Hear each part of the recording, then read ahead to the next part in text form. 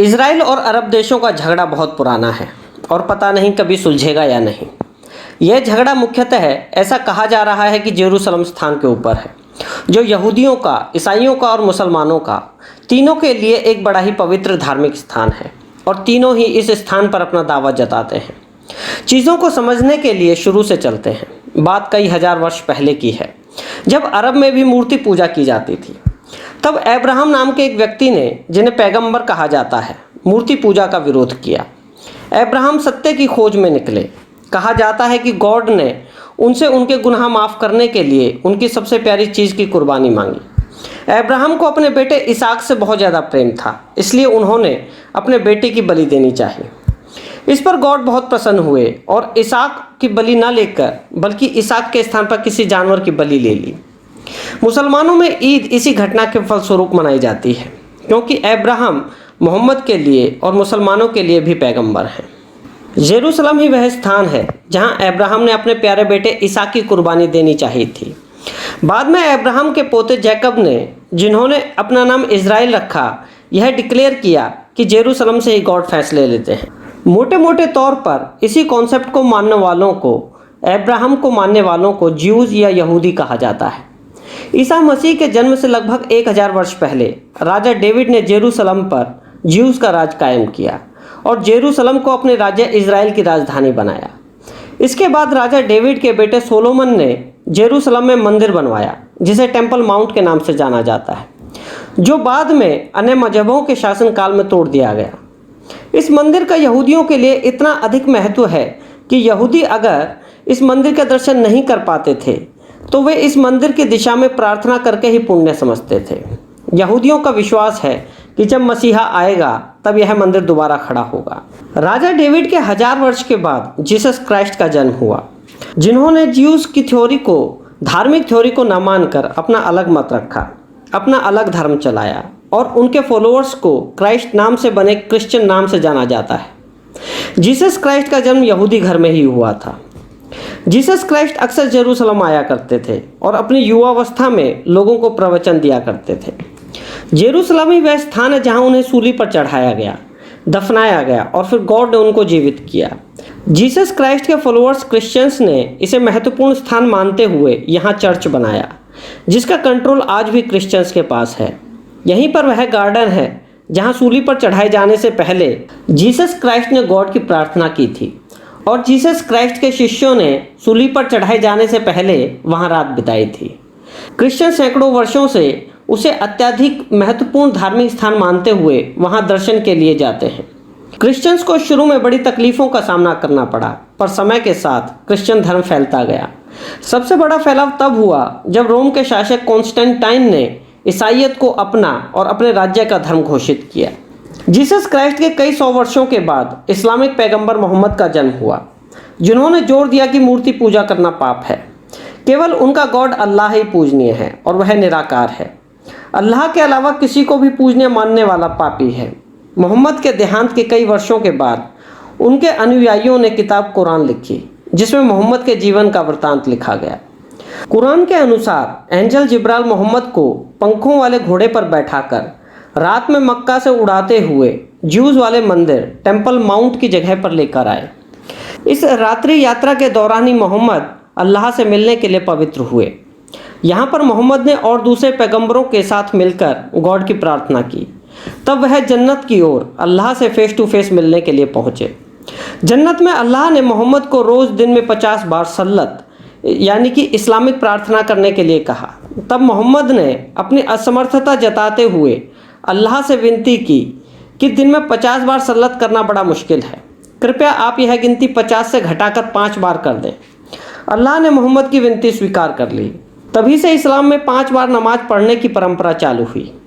इस तरह कुरान में उनके पैगंबर मोहम्मद की मक्का से जेरूसलम के लिए रात्रि यात्रा, जेरूसलम में दूसरे पैगंबरों के साथ प्रार्थना और जन्नत की यात्रा, इन सभी घटनाओं को बड़ा धार्मिक महत्व दिया गया। इसी महत्व को मानते हुए इस्लाम के खलीफा उमर ने जेरूसलम में टेम्पल माउंट वाले स्थान पर अलक्सा मस्जिद का निर्माण करवाया और घोषणा की कि इसी मस्जिद से मोहम्मद जन्नत जाकर वापस लौटे थे। क्रिश्चियंस की तरह शुरू में इस्लाम को मानने वालों को भी बड़ी परेशानी हुई। मोहम्मद और उनके अनुयायियों को मक्का छोड़कर मदीना जाना पड़ा। पर फिर कुछ समय बाद युद्धों के जरिए मोहम्मद और उनके फॉलोअर्स ने लगभग पूरे अरब में इस्लाम को फैला दिया। जेरूसलम पर ज्यूज़ के बाद क्रिश्चियंस और फिर बाद में मुसलमानों का कब्जा हो गया। सन 1517 से सन 1917 तक ओटोमन एम्पायर के शासकों ने, जिनका ऑफिशियल मजहब इस्लाम था, उन्होंने जेरूसलम पर शासन किया। सन 1918 में प्रथम विश्व युद्ध के बाद ब्रिटेन का यानी क्रिश्चियंस का फिर से जेरूसलम पर कब्जा हो गया। दूसरे विश्व युद्ध के खत्म होने तक 1947 तक ब्रिटेन का जेरूसलम पर कब्जा रहा, जहां पर लोगों की बड़ी आबादी मुस्लिम हो चुकी थी, क्योंकि पिछले कई सौ वर्षों में मुस्लिम शासकों ने अरब में ज़्यादातर लोगों को इस्लाम स्वीकार करा दिया था। जिस राज्य में अब जेरूसलम था उसे पैलेस्टाइन नाम से जाना जाने लगा था। पैलेस्टाइन के मुसलमानों को लग रहा था कि ब्रिटेन जब भी वहां से जाएगा जेरूसलम को उनको सौंप कर जाएगा। दूसरी तरफ ज्यूज़ लोगों के पास अपना कोई देश नहीं रह गया था। पूरा यूरोप क्रिश्चियंस ने घेर लिया था और अरब मुसलमानों ने। ज्यूज़ यहाँ वहाँ थोड़े थोड़े बिखरे पड़े थे और सांप्रदायिक अत्याचारों का निशाना बन रहे थे। मुश्किल तब और बढ़ गई जब हिटलर ने योजनाबद्ध तरीके से ज्यूज़ लोगों को जान से मारना शुरू कर दिया, और वो भी भीषण यातनाएं देकर। कहा जाता है कि जर्मनी से हिटलर ने ज्यूज़ का लगभग पूरा सफाया कर दिया था। लाखों यहूदियों को मौत के घाट उतार दिया गया था। अब ज्यूज़ लोगों का अपना कोई स्पेसिफिक देश नहीं रह गया था जहां उनका सर्वाइवल हो पाता। अंततः सभी बिखरे हुए यहूदियों ने अपने धार्मिक स्थान जेरूसलम में शरण लेनी शुरू कर दी। ब्रिटेन ने भी मानवता के चलते इन्हें जेरूसलम में आने से नहीं रोका, क्योंकि अंदर से वे भी जानते थे कि जेरूसलम हकीकत में सबसे पहले उन्हीं का धार्मिक स्थल है। पेच तब फंस गया जब दूसरे विश्व युद्ध के खत्म होने के बाद फैसला करने की बारी आई कि अंग्रेज अपने जाने के बाद जेरूसलम का नियंत्रण किसको दें। उन ज्यूज़ को जो ओरिजिनली हजारों वर्षों से जेरूसलम को सबसे पवित्र स्थान मानते हैं, और उसके अलावा उनके पास कोई और स्थान, कोई देश नहीं है, या फिर पैलेस्टाइन को जिसमें फ़िलहाल जेरूसलम है। पैलेस्टाइन लोगों को जो मुसलमान हैं और जिनकी किताब कुरान के हिसाब से जेरूसलम एक धार्मिक स्थल है। ज्यूज़ लोगों का तर्क था कि मुसलमानों के पास ऑलरेडी 50 देश हैं जहां पर पैलेस्टाइन मुसलमान ईजिली एडजस्ट हो सकते हैं। पर वे ज्यूज़ लोग कहाँ जाएं? उनका अपना कोई देश, कोई राज्य नहीं रह गया है जहां वे लोग अपने धर्म के हिसाब से जी सकें, सुरक्षा पूर्वक रह सकें। दूसरी तरफ पैलेस्टाइन लोग इन तर्कों से सहमत नहीं थे और यहूदियों को वहां से पूरी तरह निकालना चाह रहे थे। कोई समाधान ना होते देख ब्रिटेन यह मुद्दा यूनाइटेड नेशंस को सौंप कर वहां से निकल गया। सन 1947 में यूएन में 33 देशों के समर्थन और 13 देशों के विरोध के साथ रिजोल्यूशन पास हुआ। इसके अनुसार पैलेस्टाइन को 2 भागों में, 2 राज्यों में बांट दिया गया।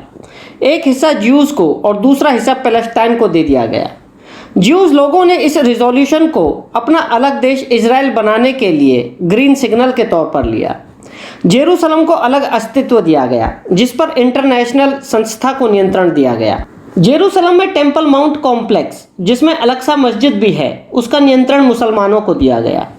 चर्च पर नियंत्रण क्रिश्चियंस को दिया गया, जबकि वेस्टर्न वॉल पर, जो कि ढलान पर बने टेम्पल माउंट को घेरते हुए उसे सपोर्ट करने के लिए बनाई गई दीवारों का एक हिस्सा मात्र है, उस पर ज्यूज़ को नियंत्रण दिया गया।